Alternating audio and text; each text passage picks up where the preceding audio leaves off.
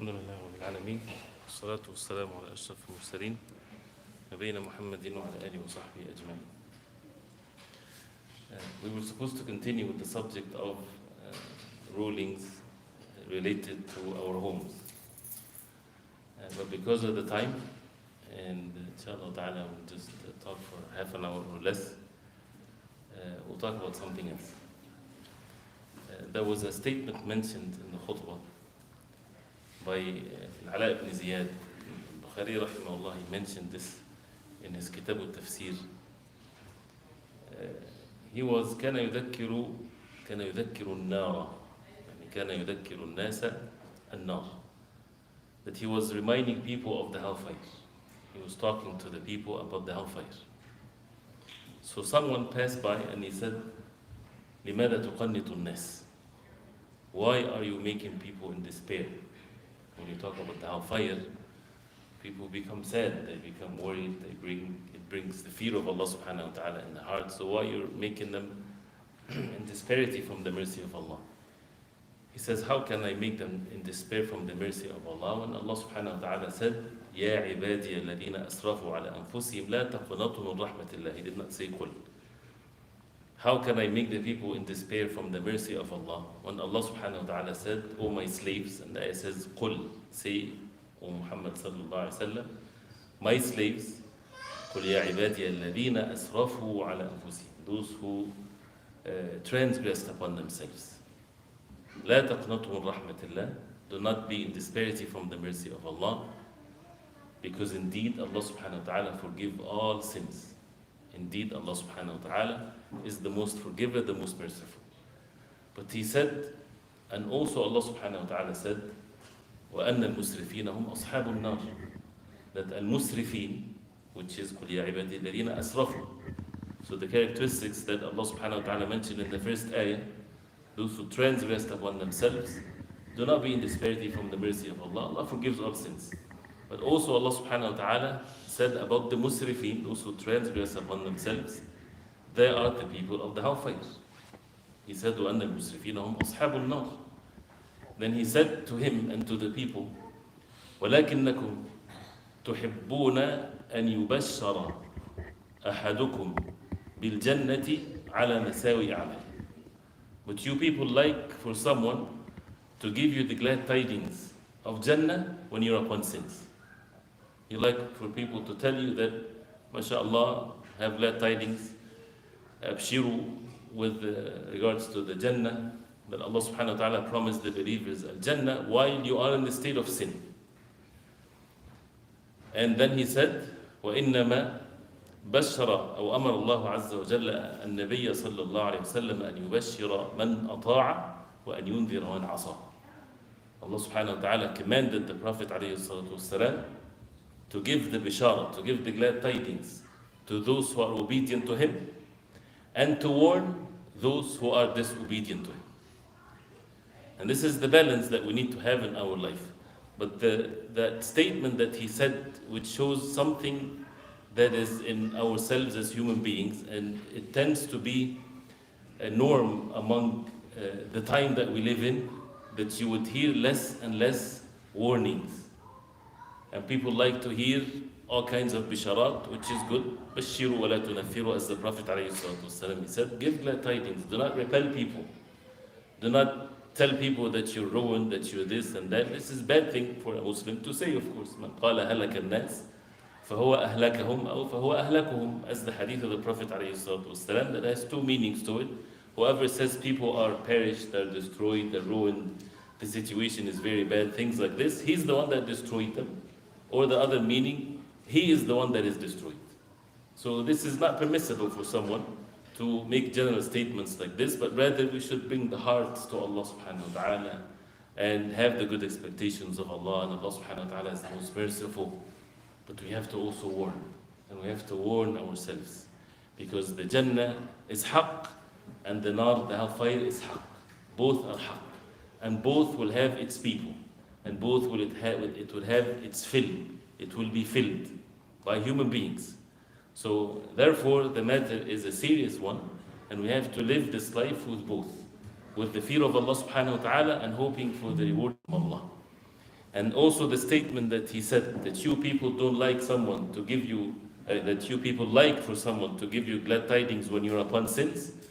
This is something that we need to pay attention to again, because if a person walks in and he warns the gathering, may Allah subhanahu wa ta'ala protect us all from harm coming, we will take that person as a hero, as someone that is, he did so much good nasiha to the people, because he warned them. But imagine someone comes and warns the people from something dangerous coming, and we say, why you disturb our comfort that we're having now?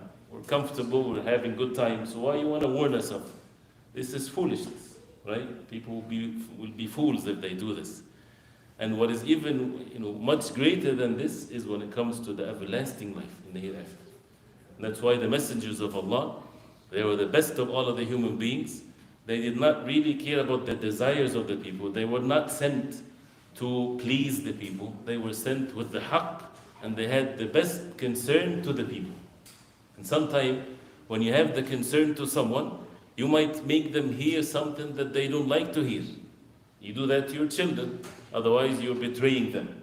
If you just want them to hear whatever they like only, and you just go after their desires, and this is one of the things that we need to pay attention to matters in our homes, you will be betraying the responsibility of being a parent. You have to say good things, that is, if they do things, they will see good things, and you have to warn them also, and we have to have that balance so that the person does not fall into disparity from the mercy of Allah, because Allah subhanahu wa ta'ala is the most merciful.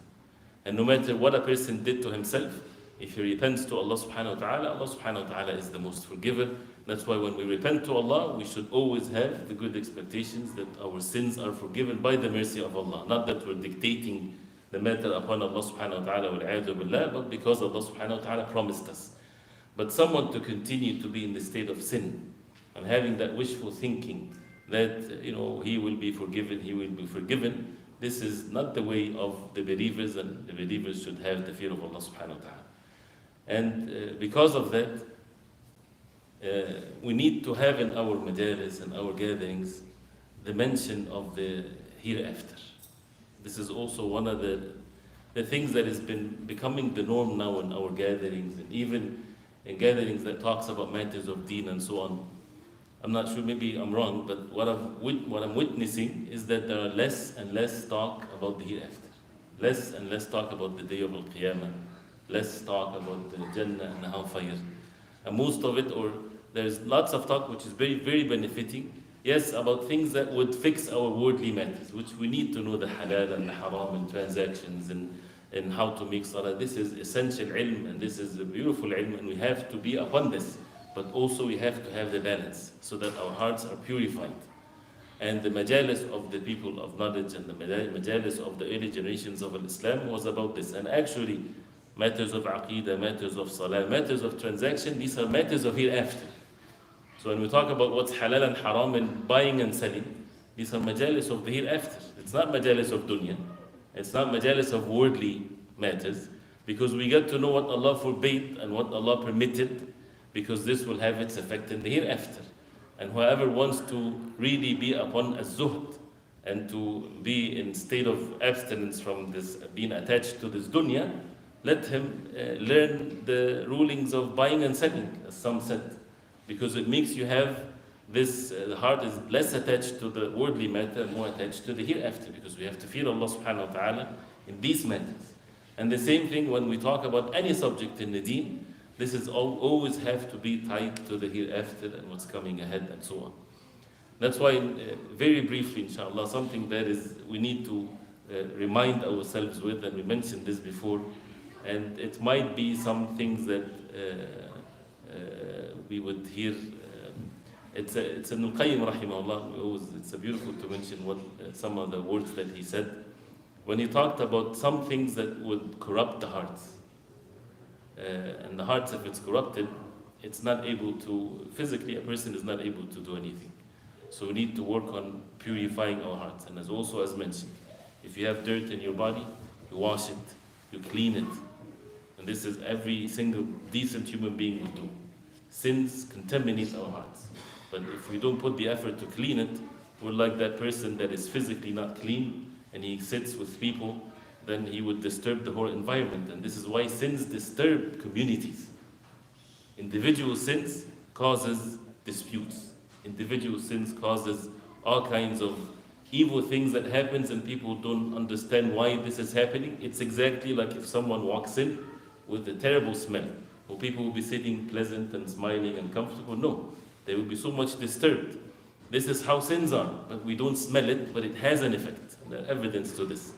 So we need to constantly purify ourselves by taking the means to be away from what corrupts our hearts. And we talked about good manners as a foundation of that, and with Allah subhanahu wa ta'ala. I'm not sure this is the correct way to choose this topic, because there's part of it that is related to food and it's not intentional. And it's nothing to do with that the food is coming so that you eat less or anything like this. Once in a while, you should eat as much as you can, alhamdulillah. But not all the time, not the norm, right? So if there's a gathering, mashallah, it's blessing, so eat as much as you can, as long as there's food. Because this is one of the things that he said that it corrupts the heart, is ash-shiba', or to be full all the time. But one of which is that is important is kathratu al-mukhalata, the too much mixing. You know, mixing with people, either it's a benefiting thing or it can harm. And we have to mix with people. This is how human beings are created. They created to be with one another, and there's so much complex relationships. And as we heard yesterday and the day before, when it comes to husnul khuluq, is about how to deal with these types of relationships that we have in our life. Not according to what we think, or not according even to just the norm of what we live in, but according to the Quran and the Sunnah of the Prophet ﷺ. And you have to be patient if people are not applying this, because we are addressed by the Quran and the Sunnah of the Prophet ﷺ individually, and we have in the Prophet ﷺ the best example. And we need to hold fast to this. That in a changing world, the deen of Islam doesn't change. The whole world needs to change according to the deen of Islam, and not the opposite. So we need to hold fast to the deen of Allah.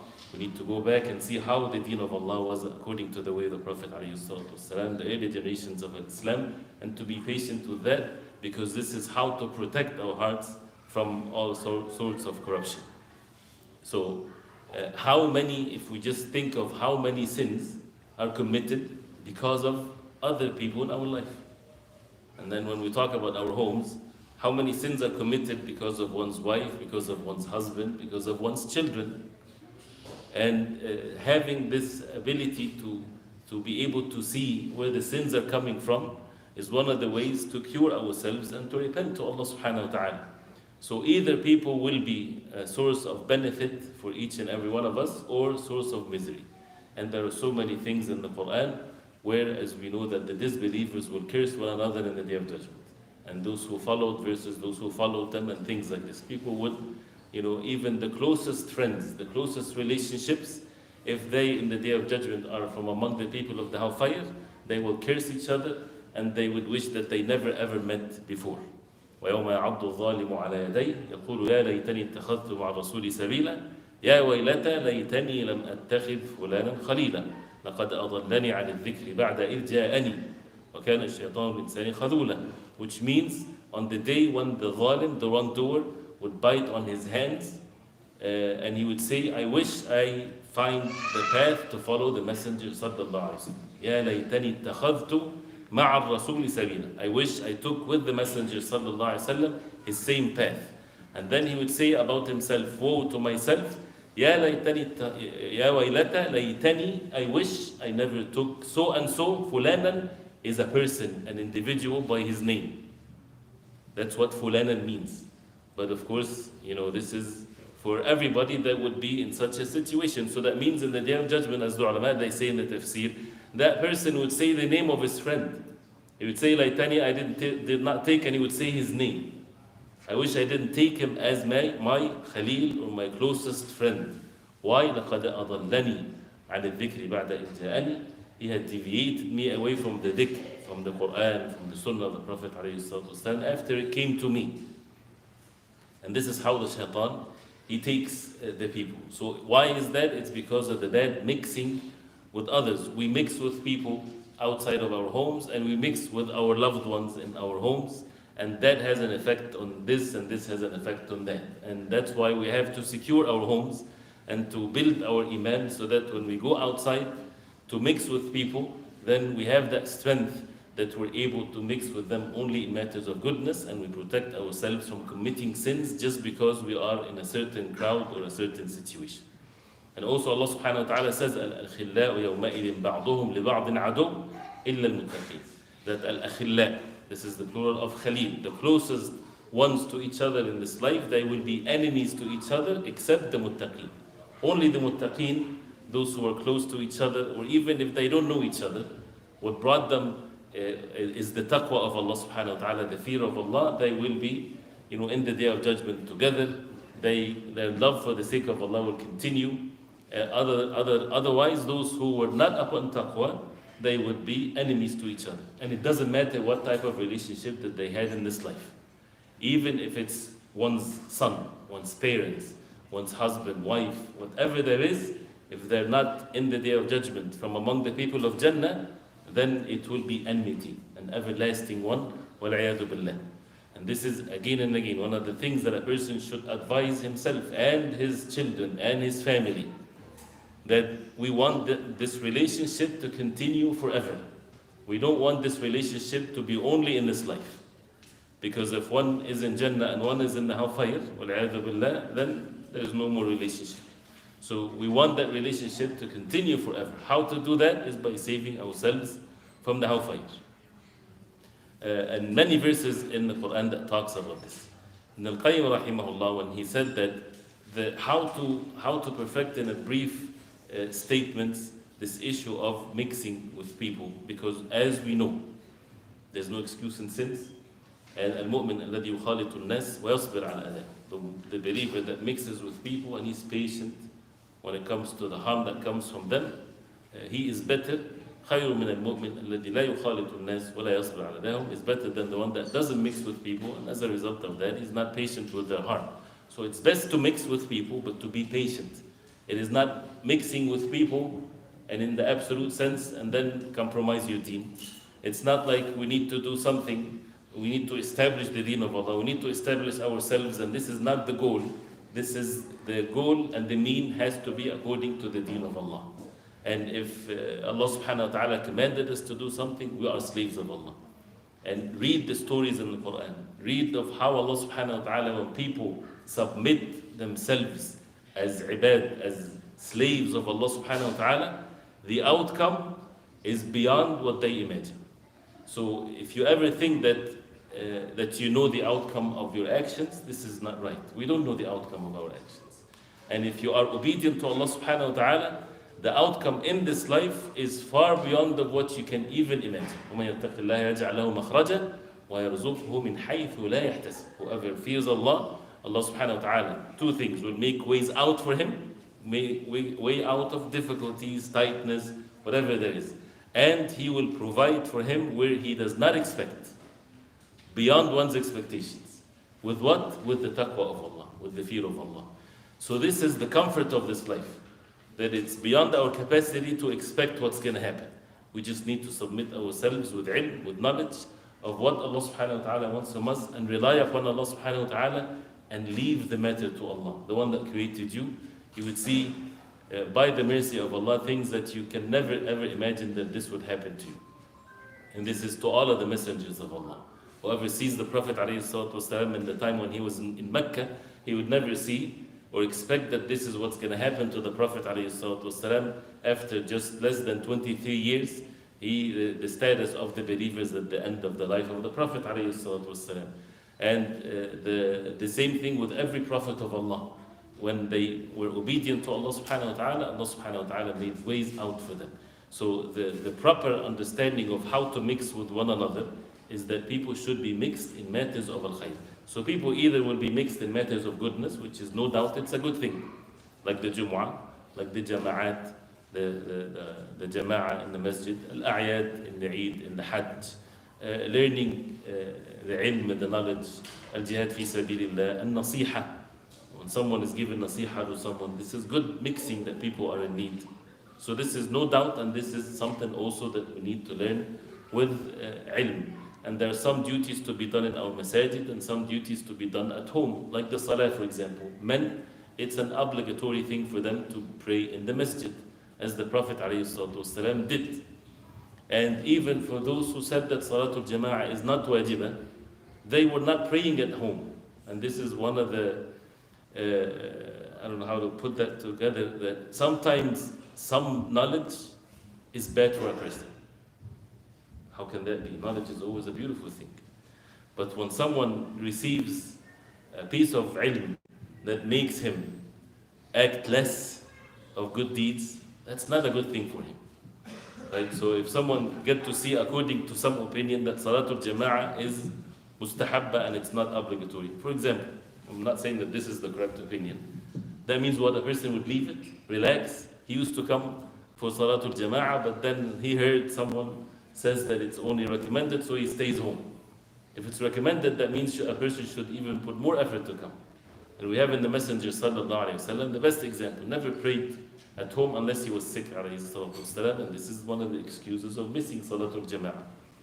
So the Fard Salah is to be prayed at home. The Fard Salah is to be prayed in the masjid for the men. And the best place for women to pray is at home. This is their best place. But if they come to the masjid, sure, as long as they observe the hijab and all of the different etiquettes according to the deen of Allah, not according to the norm and not according to feminists and all of this, according to the deen of Allah, to the wahy from Allah subhanahu wa ta'ala, and to follow that. So this is the deen of Allah. And then when it comes to the optional salah, the best place to do the optional salah or the recommended salah is to do it at home. And as the Prophet ﷺ, he made it very clear, صَلُّوا فِي بُيُوتِكُمْ. And some of the hadith, لَا تَجْعَلُوا بُيُوتَكُمْ قُبُورًا. Do not make your homes as graveyards. Pray in your home. What prayer at home is the sunnah prayers, is the mustahab salah, is the night prayer. And this is one of the duties to be done at home.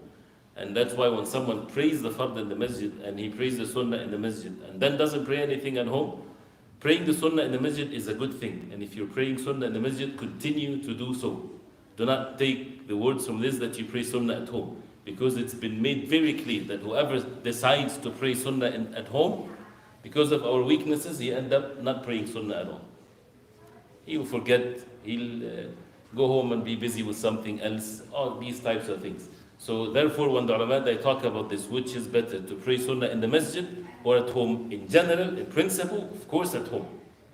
But when it comes to our reality, pray in the masjid. And also, if the situation is that when people don't see others praying sunnah, they might think there is no sunnah praying. So therefore, praying it in the masjid is a good thing. And then when you go home, pray salah. And one of the sunnah is when you enter your home, you pray 2 rak'ah. It protects you from madkhal as-su', from the evil entering of the house. And when you leave, you pray 2 rak'ah. It protects you from the evil exiting the house. We need barakah when we enter. We need barakah and protection when we leave. When we enter our homes, how many fights and arguments and all kinds of disturbances at home? Because we don't take, in many cases, the religious means, the way to enter the home. It's not just about saying salam, starting with the sawak as the Prophet ﷺ did, and part of which is, imagine that if we have problems or we don't have problems, but it requires a lot of effort, yes, is that when you enter your home, make it as a habit, you pray 2 rak'ah before you do anything. And the same thing when you wake up at night, for example, right? What is the first thing that nowadays many would do is that they would grab their phone and they would see what's in their phones. If you make it upon yourself that you don't do that whatsoever till you get up and you make wudu and you pray 2 rak'ah, and then maybe you can see whatever you want to see. But this is part of having the proper etiquettes with Allah subhanahu wa ta'ala when it comes to the night prayer and the like of this. So the subject of ibadat at home is a subject that needs to be stressed, whether it's salah, whether it's reciting Quran, like Surah Al-Baqarah at home, the shayateen, they run away from the homes. And ta'limul ilm also, to teach those who are at home, those who do not come in the masjid, the wife, the children, and so on. To push away the haram things from our home, that pushes away the barakah from it. Whether it's anything that is haram, seeing haram, listening to haram, music and the like of this. So a person protecting his home from what's haram is an obligation. And the sad reality is, who's the one that is going to bear all of these sins? First is the head of the household, which is the man. Allah subhanahu wa ta'ala is the one that appointed the man to be in charge of his house. It doesn't matter whether his personality is weak or not, he is appointed already. This is something that is given to him by Allah. الرجال قوامون على النساء. This is a fact. Men are قوامون, that means they are in charge of women. They are the ones in charge of their homes. They will be questioned in the Day of Judgment about everything that happens in their home. A boss or a leader, he's responsible for everyone that does anything in whatever place of authority for them. And also the ones that do things are also responsible. But you would find the leader of a company, something happens in the company, the one that did it or did wrong, he is to be accused, and also the one, his manager, is accused. Because it was his fault that he was managing in the proper way, especially that if it was part of his authority, but he didn't implement it. The same thing for the men. And that's why the rights of the men and the wife and the husband is according to this, according to what's going to be in the hereafter. It's not according to having fun in this life. The rights of the wife and the rights of the husband is not it's not just made for people to have fun in this life. So my rights upon you is that I spend money on the wife and she's obedient to me just to have a good life. No, there's going to be questioned in the Day of Judgment about this. The men are the maintainers, yes, they are the ones in charge, and they spend from their money and so on. And in return, the wife, she's obedient to her husband. She is devoted to her husband. فَالصَّالِحَاتُ قَانِتَاتٌ حَافِظَاتٌ لِلْغَيْبِ بِمَا حَفِظَ اللَّهِ. الصالحات, the righteous woman, she is qanita.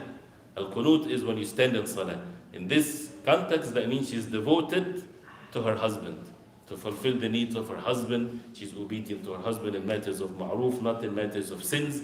And he's extremely kind to her. Istawsu bin nisa'i khayra, because this is deen. Be kind to your wife.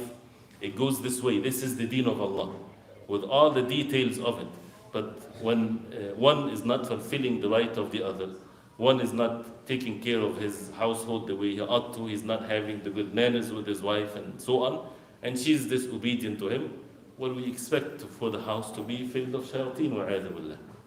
So to be obedient to Allah with these types of mixing and observing these rulings in the deen of Islam. So in matters of goodness, we're always together. Our homes, we are in charge of it. There's no such a thing. If it's a matter of goodness, I'll mix with my family. If it's a matter of evil, I'll stay away. You're responsible for not having evil in the house. That means there's no evil in the house. This is the responsibility of the man. And that's why choosing the wife comes from the matter starts from early on. But if it happened that it's already present, meaning there is already situations of evil and so on, then we need to have the wisdom to make sure that we eliminate it, to bring what is good. And every person is unique, but we have to take actions seeking the pleasure of Allah subhanahu wa ta'ala. When it comes to evil and haram, there is no exception whatsoever. It is mandatory for the Muslim to be away from mixing with people while they're doing haram. Right? If people are committing sins now, right, you cannot be with them while they're committing the sins. You can only advise them, and if they don't listen, then you have to leave. But it's not permissible for you to be in the same gathering while they're committing sins. What are sins? There are many sins. Right? So this is very obvious too. And if a person, he says, فَإِنْ دَعَتِ الْحَاجَةُ إِلَى خُلْطَتِهِمْ فِي الشَّرْعِ. What if a person has to, in some situations, that he's in the plane, for example, or something like this, and someone is committing a sin, he's not going to jump from the plane. So then be warned against being approving of what they're doing. If you have to be in a situation like this, your heart has to work. You cannot be at ease with a sin being committed. You have to have in your heart that you're opposing this. You're not approving this in your heart. And be patient when it comes, if the harm comes from their way and so on. And if people would start to approve in their hearts what people are upon when it comes to matters of sins, this is one of the warnings that punishment will come and would not discriminate. We have to abhor the sins. We have to dislike the sins. We have to be away from it. And the more the person becomes at ease with it, the more that it brings the wrath of Allah subhanahu wa ta'ala, even when a person is not committing the sins. So we have to have that barrier in our hearts. We have to raise our children that there's halal and there's haram. And the haram is to be avoided, and the haram is so evil. إِنَّ اللَّهَ لَا يُحِبُّ الْكَافِرِينَ إِنَّ اللَّهَ لَا يُحِبُّ الظَّالِمِينَ. Allah does not love the disbelievers. Allah subhanahu wa ta'ala does not love the wrongdoers. And al-mu'amala, when you deal with others, this is something else. You deal with them with kindness, with goodness, you invite them to the haqq and so on, but never to be at ease with the sins and disobedience to Allah and matters of disbelief. This is the deen of Allah that a person has to be upon. So this is one of the things that can affect our hearts in a negative way, the issue of mixing and so on, whether it's in our homes or outside of our homes, and understanding the issue of authorities that we have. We'll stop here inshallah ta'ala because of the time and Salat al-Isha and the food, and then we'll continue inshallah ta'ala later afterwards. And I ask Allah subhanahu wa ta'ala to make us benefit of what we heard.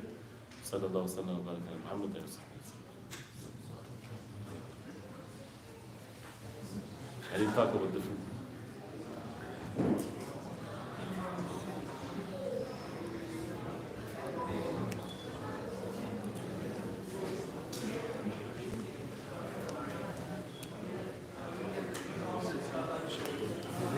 This topic afterwards and show the same topic. That's all right, all good. Good.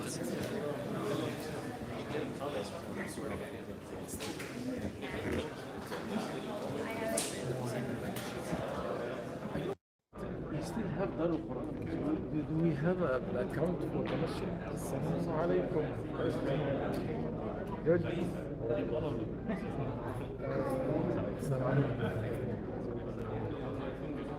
I don't know Masjid-ul-Haqq. I'm just using the dot com. Hey, we should do that. What do you think? Yeah, actually we should. Because right now, 27, almost 25. Yeah, exactly. It's the same. Yeah, we should ask him.